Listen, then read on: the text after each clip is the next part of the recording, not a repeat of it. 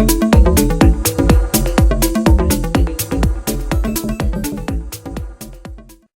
दोस्तों, मैं अंजलि त्रिवेदी आपके अपने चैनल एक्सप्लोरिंग स्टडी में आप सभी का स्वागत करती हूँ।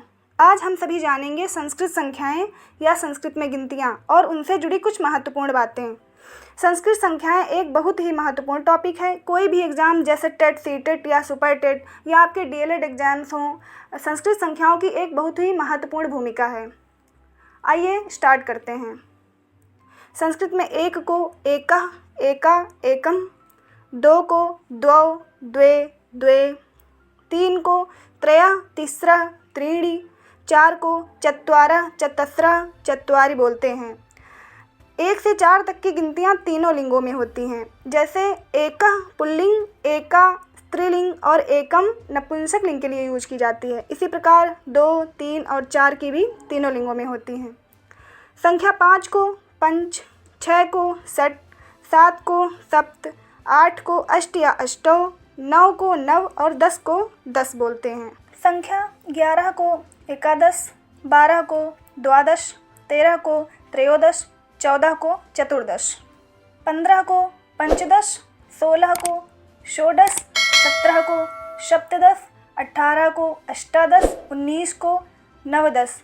दोस्तों 19 को नवदश, ऊनविंशति और एकोनविंशति भी बोलते हैं। और संख्या 19 एक बहुत ही महत्वपूर्ण और बहुत ही ज़्यादा पूछी जाने वाली संख्या है, इसलिए इस संख्या को ज़रूर से ज़रूर याद रखें। संख्या 20 को विंशति बोलते हैं। संख्या 21 को एकविंशति, 22 को द्वाविंशति, 23 को त्रयोविंशति, 24 को चतुर्विंशति, 25 को पंचविंशति, 26 को षड्विंशति, 27 को सप्तविंशति, 28 को अष्टाविंशति, 29 को नवविंशति और 30 को त्रिंशत बोलते हैं।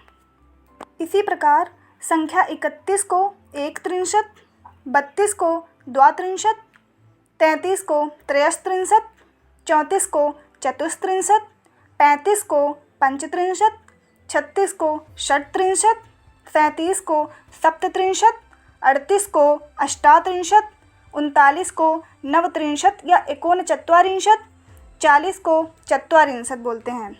और संख्या 41 को एकचत्वारिंशत, 42 को द्विचत्वारिंशत या द्वाचत्वारिंशत भी सही है, और 43 को त्रिचत्वारिंशत या त्रयश्चत्वारिंशत बोलते हैं। 44 को चतुश्चत्वारिंशत, संख्या 45 को पंचचत्वारिंशत, 46 को षट्चत्वारिंशत, 47 को सप्तचत्वारिंशत, 48 को अष्टचत्वारिंशत, अष्टाचत्वारिंशत, 49 को नवचत्वारिंशत या एकोनपंचाशत भी बोलते हैं। संख्या 50 को पंचाशत, 51 को एकपंचाशत, 52 को द्विपंचाशत या द्वापंचाशत, 53 को त्रिपंचाशत या त्रयःपंचाशत, संख्या 54 को चतुःपंचाशत, 55 को पंचपंचाशत बोलते हैं। और दोस्तों 55 भी एक बहुत ही महत्वपूर्ण संख्या है, इसको भी याद रखें।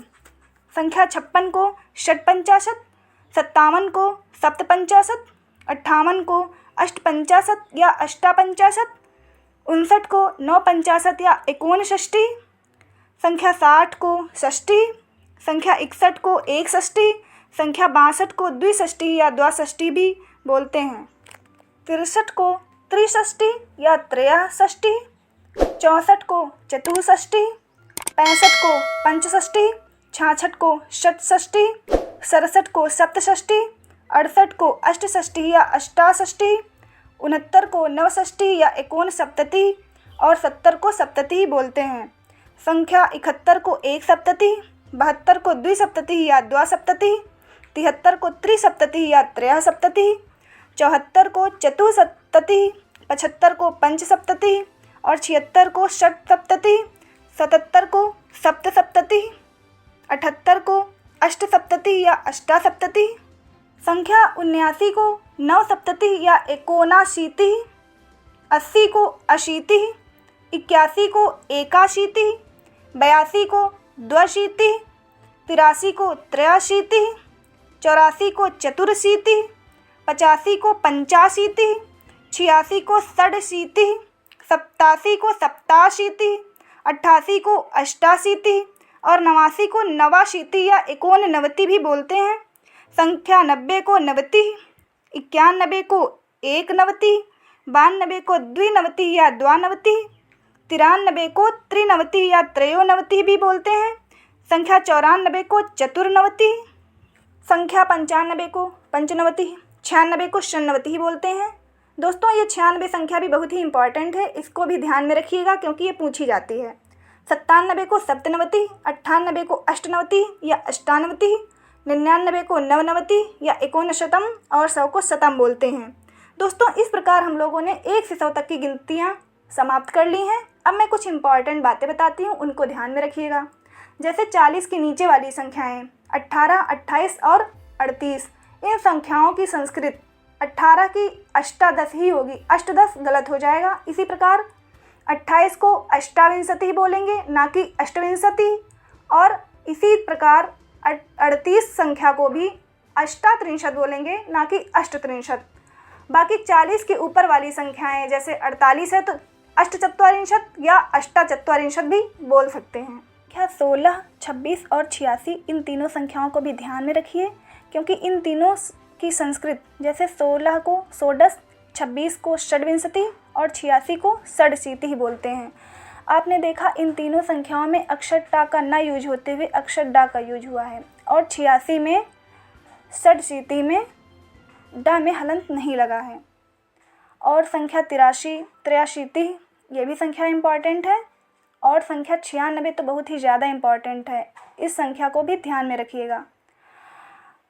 और संख्या 1 का रूप हमेशा एक वचन में चलता है, 2 का केवल द्विवचन में चलता है और संख्या 3 से लेकर 18 तक की संख्याओं का रूप जो चलता है वो पुल्लिंग बहुवचन में चलता है।